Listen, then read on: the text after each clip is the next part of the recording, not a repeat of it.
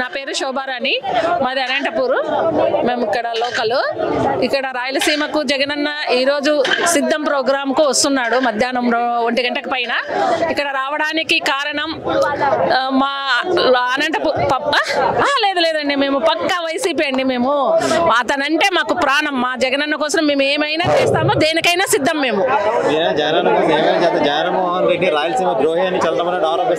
అతను ఆరోపిస్తున్నాడండి. అతని ఆరోపాలతో మాకు పని లేదు. అతను మామూలే. అతను ఇప్పుడే కాదు, 14 ఏళ్ళు సీఎం సీట్లో కూర్చున్నప్పుడే అతను రాజకీయంలో చంద్రబాబు నాయుడే సీఎం గా ఉన్నప్పుడే అతను ద్రోహి. ఇప్పుడు చెప్పడం ఏముంది? ఇప్పుడు ఎదుటి వాళ్ళ మీద బురద జల్లడానికి ఏమైనా మాట్లాడగలుగుతాడు. అటువంటి మాటలకు మేము అసలు భయపడము, మేము బెదరము.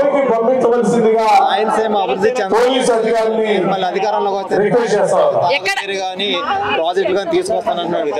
అభివృద్ధి చెందలేదండి. అతను 14 ఏళ్ళు ఉండి ఏం అభివృద్ధి చేశాడు? మామూలు రాజధాని అన్నాడు, అక్కడ గడ్డి మలిచిందండి. ఏడుంది రాజధాని?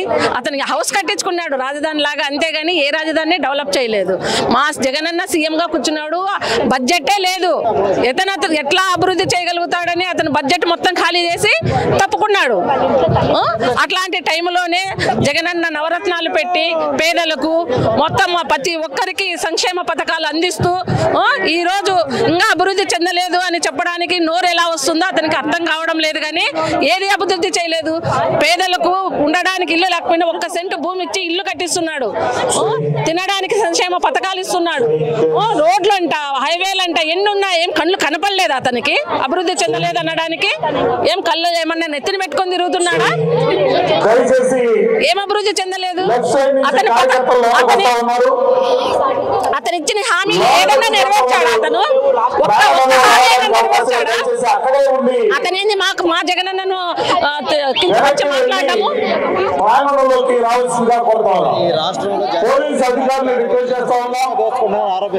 ఎవరు దోచుకుంటారు? వాళ్ళు దోచుకొని తిన్నారు. జగనన్న చేతికి ఓన్లీ అప్పు ఇచ్చాడు చంద్రబాబు నాయుడు. ఇంకా జగనన్న ఏంది దోచుకొని తింటాడు? వాళ్ళు ఎంత మంది పొత్తుగా వచ్చినా మా జగనన్న సింగిల్ గానే వస్తాడు. అతను సింగిల్ గానే గెలుస్తాడు. మళ్ళీ 175కు 175 సీట్లు గెలిపించుకుంటాం. మా జగనన్ననే సీఎం గా చేసుకుంటాం. రాబోయే కాలంలో 2024కు సీఎం చేసుకుంటాము. ప్లస్ మళ్ళీ వచ్చే సీఎం గా కూర్చున్న తర్వాత వచ్చే 4 ఏళ్లలో అభివృద్ధి ఇంకా ఏముంటుందో చూపిస్తాం.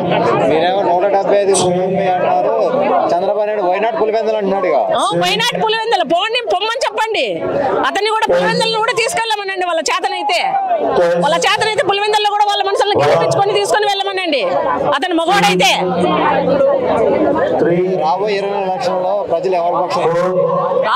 24 కానీ ఎన్ని ఇదిలో ఉన్నా కానీ జగనన్న ప్రతి ఒక్క ఇంటికి అర్హులున్న ప్రతి ఒక్కరికి సంక్షేమ పథకాలు అందాయి.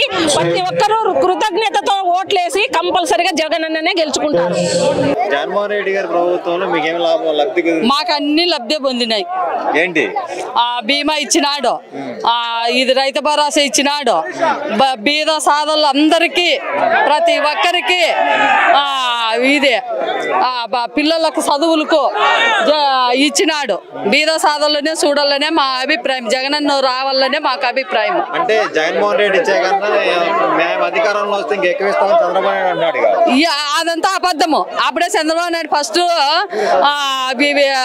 రైతులు రుణమాఫీ చేస్తామని, ఆడళ్లకు పశుంకం ఇస్తామని మొదట్లోనే చంద్రబాబు నాయుడు మోసం చేసేసినాడు. జగనన్న వచ్చిన తర్వాతనే బాగా అన్ని ఉన్నాయి.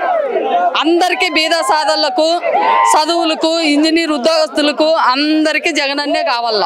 జగనన్న వస్తేనే బాగా ఈ ఆంధ్రప్రదేశ్ కూడా బాగుంటుంది. ఏం కాలేదు. ఎవరెవరు పనులు ఇంకా బాగా విపరీతంగా బాగా లాభాలు పొందేటట్టుగా చేసుకుంటున్నారు జగనన్న. జగనన్న ఇచ్చిండే పథకాల్లో బీద సాదా ఎంతో జనం ఉండారు. మా కోసరం కాదు, బీద సాదాల కోసమే జగనన్న ముఖ్యమంత్రి కావాలా. అంటే 2019లో బీద సాదా ఆడవాళ్ళందరూ జగన్మోహన్ రెడ్డి వైపు ఆయన సీఎం అయ్యాడు. 2024లో కూడా మళ్ళీ మీరంతా ఆయన వైపు ఆయన ఓటేసి గెలిపిస్తారా? గెలిపిస్తాము. వచ్చేది జగనన్న ఈసారి ముఖ్యమంత్రి అయ్యేది గ్యారెంటీ. మాట్లాడుతున్నారు ఎందుకంటే మాకు ఆ నమ్మకం ఉంది కాబట్టి అన్ని నవరత్నాలన్నీ పథకాలన్నీ జగనన్న బాగా చేసినాడు.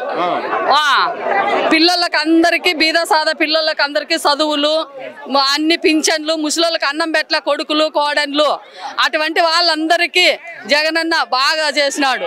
అందుకు మాకు జగనన్న రావాలనే కోరిక మాదేము. ఎప్పుడు మాకు జగనన్నే ముఖ్యమంత్రి కావాలని అవుతాడు కూడా. ఈసారి ముఖ్యమంత్రి అయితే 30 ఏళ్ళు సీఎంగా దిగడు జగనన్న. అది గ్యారెంటీ మాలో. చంద్రబాబు నాయుడు ఎన్ని ఇచ్చినా మోసపోయే వాళ్ళు ఎవరు లేరు. రైతులు అందరూ రుణమాఫీలోనే వెళ్ళిపోయినారు. ఈడు చెప్తాడంతే ఇస్తాను అని. గెలిచే వరకే. గెలిచిన తర్వాత చంద్రబాబు నాయుడు ఏమీ చేయడు.